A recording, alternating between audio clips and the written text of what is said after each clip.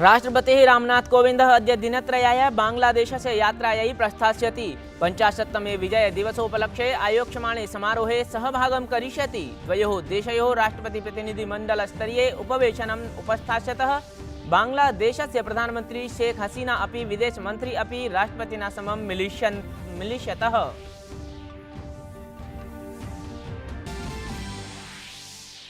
राज्यसभायां प्रवर्तमानवर्षीय मादक पदार्थ निषिद्ध संशोधन विधेयकम् अद्य प्रस्तोष्यते। लोकसभायां चैषमः विनियोग विधेयकं विचारायानुमोदनाय च प्रस्तोष्यते। अत्र 93-शतस्य नियमस्य अन्तर्गतं महार्घता विषये अपि चर्चा भविष्यति।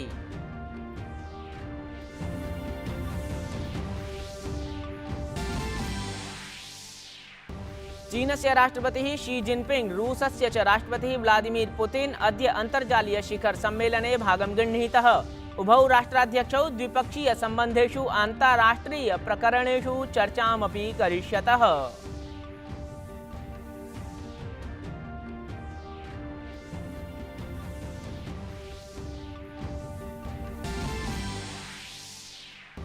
चीनदेशे कोरोना संक्रमणस्य नवं स्वरूपं समक्षमायातम्। अत्रान्तरे अधिकसंक्रामकस्य ओमिक्रॉन वेरिएंट इति संक्रमणस्य प्रकरणद्वयं पुष्टिं गतम्। न्यूयॉर्क नगरे ओमिक्रॉन संक्रमणस्य दुष्प्रभावं सन्ध्याय कॉर्नेल विश्वविद्यालयः आंशिकरूपेण अपि पिनद्धः।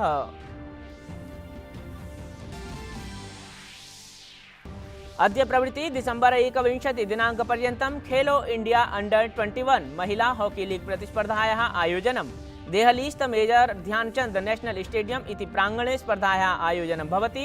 अस्यां प्रतियोगितायां देशस्य 14 दलानि 42 क्रीडासु विजयाय प्रतिस्पर्धिष्यन्ते। अभिवादये, अहं तेजप्रकाशः।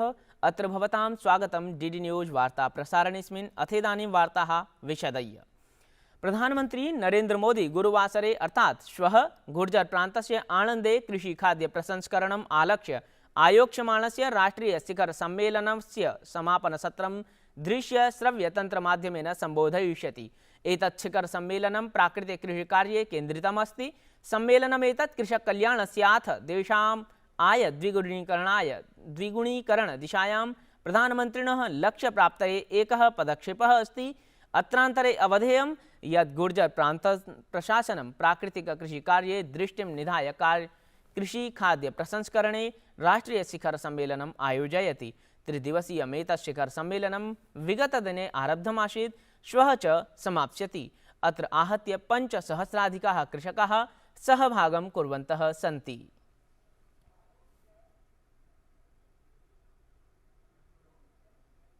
प्रधानमंत्री नरेंद्र मोदी विगत दिने वाराणसी नगरे भाजपा शासित राज्यानां मुख्यमंत्रिभिः उपमुख्यमंत्रिभिः मन्त्रणां कृतवान्। अत्र असम, अरुणाचल प्रदेश, गोवा, गुर्जर प्रांत, हरियाणा, हिमाचल प्रदेश, कर्णाटक, मध्य प्रदेश, मणिपुर, त्रिपुरोत्तरप्रदेश, उत्तराखण्डानां मुख्यमंत्रिणः सहभागं कृतवन्तः। सम्मेलने बिहार, नागालैंडयोः उपमुख्यमन्त्रिणौ अपि सहभागं कृतवन्तौ। मेलनावधौ भाजपा दलशासित राज्येषु प्रवर्तमानेषु विकासकार्येषु अतोपि तीव्रताम् आपादनाय अथ सुशासन संबद्धेषु व्यापक विषयेषु चर्चा संपन्ना। प्रधानमन्त्रिणा अत्र विकासं जनजीवनस्तरं च सरलं कर्तुं बलं प्रदत्तम्। मन्त्रणायाः मुख्यमुद्देश्यं नागरिकाणां हिताय सुशासनस्य विधिषु चिन्तनमासीत्। उपवेशने भाजपा दलाध्यक्षः जेपी नड्डा, भाजपा संगठन महासचिवः BL संतोषः अपि सम्मिलितवन्तौ। उपवेशनात् प्रागेव प्रधानमंत्री भाजपा कार्यकर्तृभिः सह मन्त्रणाम् अपि कृतवान्। राष्ट्रपतिः रामनाथ कोविंदः अद्य बांग्लादेशस्य राजधानीं ढाकानगरीं प्रति प्रस्थास्यति। तत्र सः बांग्लादेशस्य 50तमे विजयदिवससमारोहे सहभागितां करिष्यति।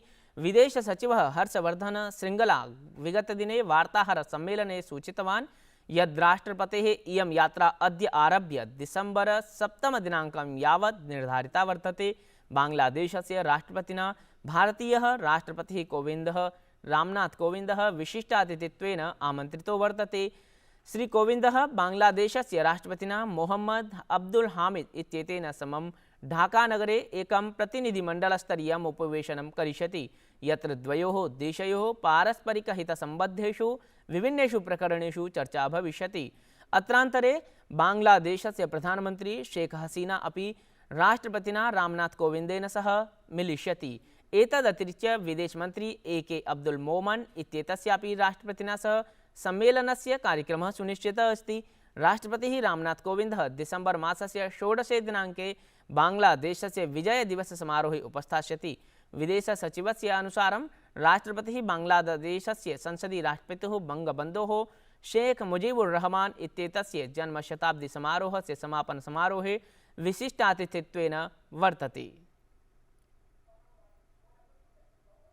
The Honorable President of India, Shri Ramnath Kovind, will be paying a state visit to Bangladesh. This visit will be from the 15th, from tomorrow till the 17th of December. And this visit is in the context of the 50th Victory Day celebrations in Dhaka, at which the President of Bangladesh has invited Honorable President to represent India as guest of honor in this very significant, historically significant event. अथापि संसद वार्तासु राज्यसभायाम् अद्य केन्द्रीय वित्तमन्त्री पदासीना निर्मला सीतारमणः प्रवर्तमान वर्षीयं narcotics drugs and psychotropic substance संशोधन विधेयकं परिचर्चितुम् अनुमोदयितुं च प्रस्तोष्यति। लोकसभायामपि वित्तमन्त्री ऐषमः पञ्चसङ्ख्यात्मकं विनियोग विधेयकं विचाराय अथ पारयितुं प्रस्तोष्यति। अस्य विधेयकस्य उद्देश्यम् अग्रिमवित्तीयवर्षस्य सेवायै भारतस्य सञ्चितनिधेः कतिपय राशिप्रदानस्य विनियोगस्य च अधिकृतं करणम् अस्ति।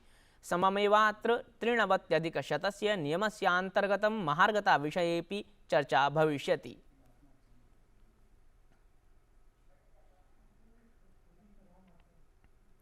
स्वर्णिम विजय वर्ष समारोहम् उपलक्ष्य देहल्याम् एकः कार्यक्रमः आयोजितः।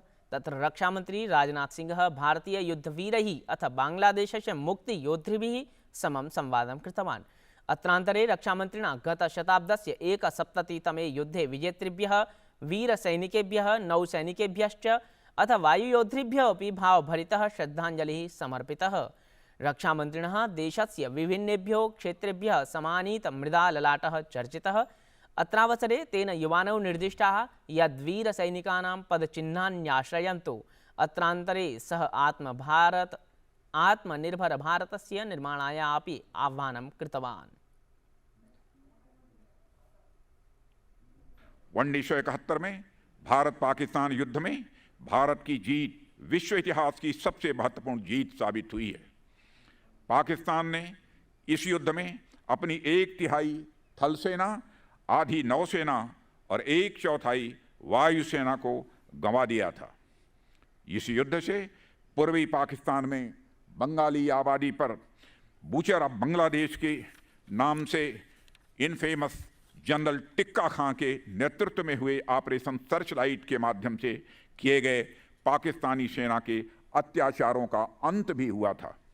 1971 में भारत पाकिस्तान युद्ध में 93,000 पाकिस्तानी सैनिकों का आत्मसमर्पण विश्व के इतिहास का एक ऐतिहासिक आत्मसमर्पण था। प्रधानमंत्री नरेंद्र मोदी काश्यां द्वितीये दिने उमराह ग्रामे स्वर्वेद महामन्दिर धामनि आयोजितस्य सद्गुरु सदाफलदेव विहंगम योग संस्थानस्य 98-वर्षपूर्त्यावसरे समारोहे उपस्थितोऽभूत्। अवसरेऽस्मिन् असौ उक्तवान् यत् काश्याः विकासरूपं देशाय आदर्शरूपकं वर्तते इति। तेन उक्तं यत् इच्छाशक्त्या किमपि कार्यं सम्भवयितुं शक्यते। अत्र काशी एकं वैश्विकं परिज्ञानं प्राप्नोति। तत्रैवासौ तीव्रगत्या विकासमार्गे वर्धमान देशहितकार्येषु सर्वान् सहयोगाय अपि उक्तवान्। प्रधानमन्त्री जनान् सङ्कल्पसन्धारणाय आग्रहं कृतवान्। सः उक्तवान् यत् सङ्कल्पाः तादृशाः भवेयुः येषु सद्गुरोः सङ्कल्पानां सिद्धिर्भवतु अथ देशस्य मनोरथोऽपि सम्मिलितः भवतु। मैं आज आप सभी से कुछ संकल्प लेने का आग्रह करना चाहता हूं। ये संकल्प ऐसे होने चाहिए जिसमें सद्गुरु के संकल्पों की सिद्धि हो और जिसमें देश के मनोरथ भी शामिल हो। अपने परिवार के साथ साथ जो लोग समाज में जिम्मेदारी उठा सकते हैं, वो एक दो गरीब बेटियों के स्किल डेवलपमेंट की जिम्मेदारी उठाएं। देश आज प्राकृतिक खेती पर बल दे रहा है। इसके लिए लाखों लाख किसान भाई बहनों को प्रेरित करने में भी आप सब बहुत बड़ी मदद कर सकते हैं। महाराष्ट्र विधान परिषद षड् आसनेषु संपन्ने निर्वाचने भारतीय जनता दलेन 4 आसनेषु विजयः प्राप्तः। तत्र शिवसेना कांग्रेस दलाभ्यां च एकम् आसनं विजितम्। नागपुरे भाजपा दलीय प्रत्याशी चंद्रशेखर बावनकुले कांग्रेस दलीयं प्रत्याशिनं मंगेश देशमुखं पराजित्य विजयम् अवाप्तवान्। तत्रैव आकोला वासिम बुलढाणायां वसन्तः खंडेलवालः प्रतिद्वन्द्विनं गोपी किशनं बाजोरियं पराजितवान्। मुंबई नगर निगमे भाजपा शिवसेनयोः राजहंस सिंहो निर्विरोधं चितः।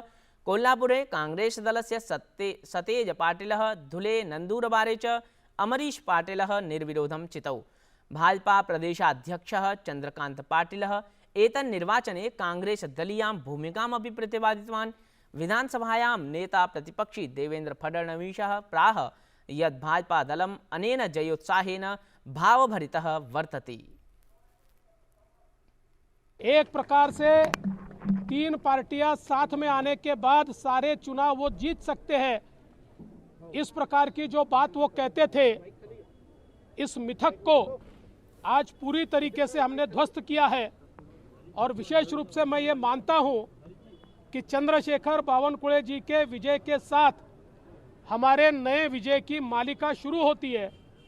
मैं विशेष आभार व्यक्त करना चाहता हूं आदरणीय प्रधानमंत्री मोदी जी का, हमारे राष्ट्रीय अध्यक्ष नड्डा जी का, होम मिनिस्टर अमित भाई शाह जी का, जिन्होंने हम पर विश्वास किया और चंद्रशेखर जी और हमारे सभी उम्मीदवारों को उन्होंने नॉमिनेशन दिया। अथापि कर्णाटक विधान परिषदः निर्वाचने भाजपा दलेन कांग्रेस दलं पराजित्य 12 आसनेषु विजयः अधिगतः। भाजपा दलेन अस्मिन् निर्वाचने 15 आसनानां लक्ष्यं स्थापितमासीत्, किन्तु मतमस्ति यत् जयेनाधुना भाजपा दलं विधान परिषदि बहुमतेन वर्तते। भाजपा दलस्य उपाध्यक्षः निर्मल सुराणा उक्तवान् यत् भाजपा दलस्य 6 सदस्यानां स्थाने 12 सदस्याः चित्वाः आगताः सन्ति। चीनस्य राष्ट्रपतिः शी जिनपिंग रूसस्य च राष्ट्रपतिः व्लादिमीर पुतिन अद्य अन्तर्जालीय शिखर सम्मेलने भागं गृह्णीतः। उभौ राष्ट्राध्यक्षौ द्विपक्षीय सम्बन्धेषु अन्ताराष्ट्रिय प्रकरणेषु चर्चां करिष्यतः। ध्यातव्यं यत् सम्मेलनेऽस्मिन् मॉस्को पश्चिमी देशान् अन्तरा यूक्रेन सीमनि सहस्राधिक रूसी सैनिकसमूहे सन्ति भवन्ति। एतदतिरिच्य अमेरिका राष्ट्रपतिः जो बाइडेन पुतिनं सञ्चेतितवान् यदि रूसेन यूक्रेन समाक्रान्तं तर्हि ते तद्दृढरूढेन आर्थिकक्षत्या प्रतिविधास्यन्ते। सहैव अमेरिका देशः अपि उइगर इत्येतैः सह मानवाधिकार प्रकरणेषु चीनस्यापि विरोधं कृतवान्। चीनेन कोविड-19 महामार्याः ओमिक्रॉन संक्रमणस्य 2 प्रकरणयोः सूचना प्रदत्ता। प्रथमं प्रकरणं सोमवासरे तियानजिन नगरे पुष्टिं गतं। द्वितीयं च प्रकरणं गतदिने ग्वांगझू स्थले समक्षम् आयातम्। ओमिक्रॉन संक्रमणस्य प्रकरणानि क्षेत्रेषु पिधानादेशः गमनागमरोधश्च प्रवर्तितो वर्तते। चीनस्य श्वसनरोगविशेषज्ञः प्राशासनिक परामर्शकश्चान्यदेशैः समं सम्मिल्य सूच्यौषधस्य विकासे सहयोगसंवर्धनाय च साग्रहं कृतवन्तौ स्तः। विगतेषु कतिपयदिनेषु चीनस्याधिकारिणः संक्रमणस्य प्रकोपं नियन्त्रयितुं कठोरानुपायान् विहितवन्तः। पुनरपि संक्रमणस्य प्रसारः अनुदिनं संवर्धमानं वर्तते। सद्य एव सम्पन्नायां टोक्यो ओलंपिक क्रीडायां भारतीय महिला पुरुष यष्टि क्रीडा दलयोः प्रशस्य प्रदर्शनेन देशे यष्टि क्रीडा विषयकम् उत्साहसंवर्धकं वातावरणं सम्पद्यते। केन्द्र प्रशासनमपि युवकेभ्यः खेलवर्धन्यो प्रतिस्पर्धाः आयोजयति। अस्मिन् प्रक्रमे अद्य प्रभृति दिसम्बर मासस्य 21 दिनाङ्कं यावत् देहलीस्थ मेजर ध्यानचंद नेशनल स्टेडियम प्राङ्गणे खेलो इंडिया अंडर-21 महिला हॉकी लीग प्रतिस्पर्धा आयोज्यते। अस्यां प्रतियोगितायां देशस्य 14 दलानि 24 क्रीडासु विजयाय स्वकौशलं प्रदर्शनाय प्रतिस्पर्धिष्यन्ते। एतस्याः लक्ष्यं महिलासु खेलभावना विभावर्धनम् अथ च देशे खेलसंस्कृति संवर्धनम् अस्ति। एतद्वार्ता संस्करणमधुना सम्पद्यते। अभिनवाभिर्वार्ताभिः सह पुनः उपस्थास्यामः। भूयात् तावत् शुभं मङ्गलम्।